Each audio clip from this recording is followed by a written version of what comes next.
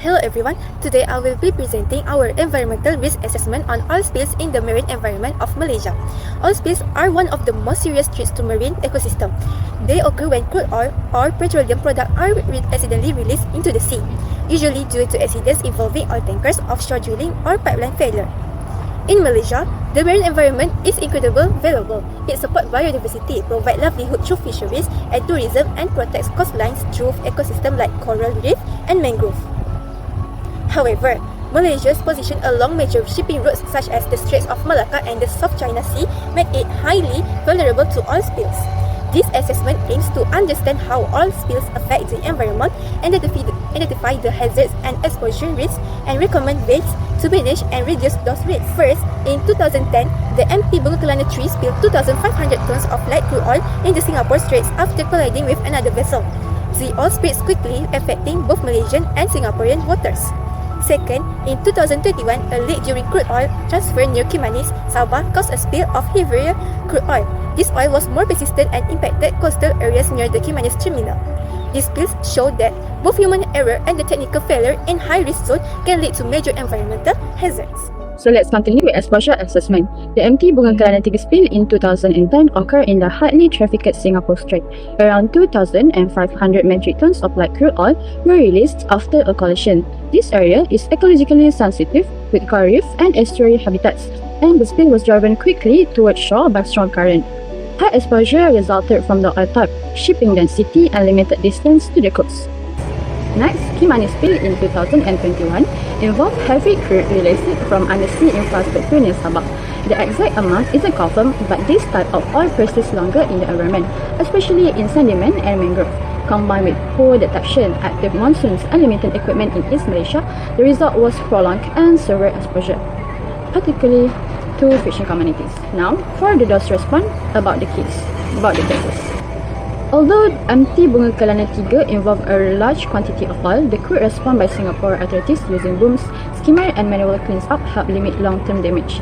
Impacts on tourism and fisheries were temporary, while others, Kimanis told potential smaller in volume, costed for more severe and lasting ecological and socio-economic effect due to the delay response and local vulnerability. Fish stock were lost, beaches were contaminated. Fishing livelihoods were heavily affected. In summary, the MT Bunga Kelana 3 case shows that rapid intervention can reduce damage, even in large scale.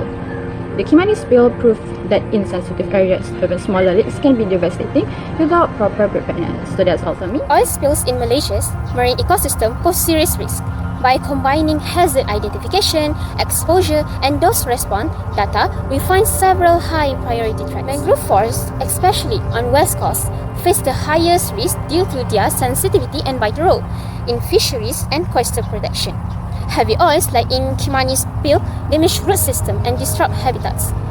Fisheries and seagrass beds suffer moderate to high risk, especially during breeding season. Oil trapped in shallow waters, as seen in Bunga Kelana 3, affects larval development and reduced fish populations. Economically, oil spills harm fishing, tourism, and public health. So Malaysia's Decision Support System (DSS) helps manage this by combining real-time data to guide quick, effective response actions. By integrating science and technology, we can better protect our coast, ecosystem, and communities from the long-lasting impacts of oil spills. Hi everyone, today I quickly share how Malaysia manage oil spills in the sea.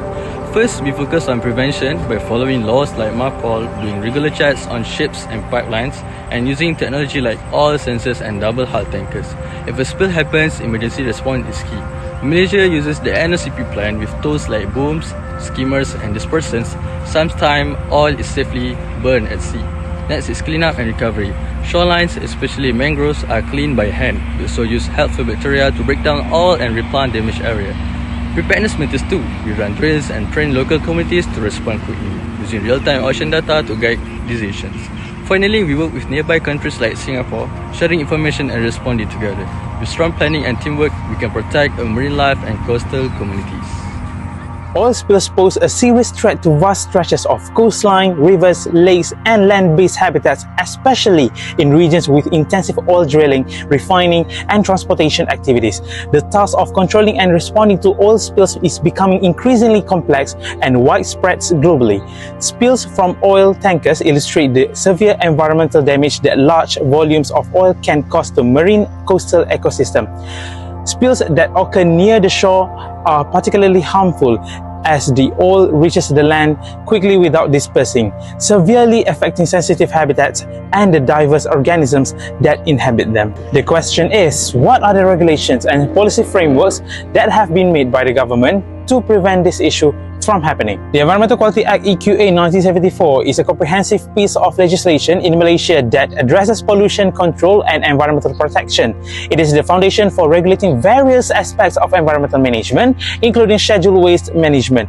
Oil is one of the scheduled waste that being stated in class SW3, that is primarily organic constituents, which may also include metals and organic material. To be precise, oil is categorized as SW314 by Department of Environment DOE.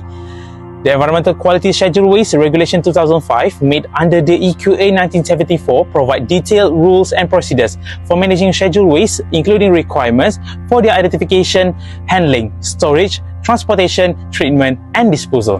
Section 34B in this regulation state prohibition against placing, depositing, or disposing of scheduled waste except at prescribed premises. Other than that, we have the Merchant Shipping Ordinance 1952 that have been amended in 2011, serve as a critical legal instrument in Malaysia for preventing and managing oil spillage from maritime sources. By incorporating international conventions such as MARPOL 73/78 and the Civil Liability Convention CLC 1992, the ordinance enforces strict regulation on oil discharge from vessels, mandates the use of shipboard oil pollution emergency plans SOPEP, and ensures that ships operating in Malaysian waters are equipped with pollution prevention measures. It requires ship owners to report oil spills promptly, undergo regular inspections, and maintain liability insurance to cover environmental damages. These regulations, alongside enforcement by the Marine Department and alignment with the National Oil Spills Contingency Plan (NOSCP), strengthen Malaysia's capacity to prevent, respond to, and mitigate oil spills effectively, thereby safeguarding its marine and coastal ecosystem. Last but not least, we have the National Oil Spill Contingency Plan (NOSCP), is Malaysia's strategic framework designed to coordinate effective responses to oil spills incidents in its marine and coastal areas. Managed by the Marine Departments of Malaysia, the NOSCP outlines a tiered response system, Tier 1 to Tier 3, depending on the severity and scale of the spill, ensuring the involvement of local, national, or international resources as needed. It clearly defines the roles and responsibilities of relevant governments, agencies such as the Department of Environment DOE, Malaysian Maritime Enforcement Agency MMEA, and port authorities, along with private sectors, stakeholders like oil companies and shipping operators. This plan also mandates proper reporting procedures, activation of emergency teams, deployment of containment and cleanup equipment, and encourage continuous training and simulation drills to maintain readiness. By aligning with international conventions like MARPOL 73/78 and the DOPRC 1990, the NOSCP strengthened Malaysia's capacity to protect its marine environment and coastal economies from the impacts of oil pollution. In conclusion, oil spillage can cause a severe impact to the environment. Oil spills pose significant environmental risks to Malaysia's marine ecosystems, threatening biodiversity, coastal livelihoods, and vital industries such as tourism and aquaculture. The country's strategic location along major shipping routes and proximity to offshore oil operations increases its vulnerability to such incidents. Past accidents like the MT Bunga Kelana Tree and Kimandi spills underscore the need for robust risk assessment and response strategies. By evaluating exposure scenarios, enhancing mitigation efforts, and strengthening policy frameworks, Malaysia can better safeguard its coastal and marine environment.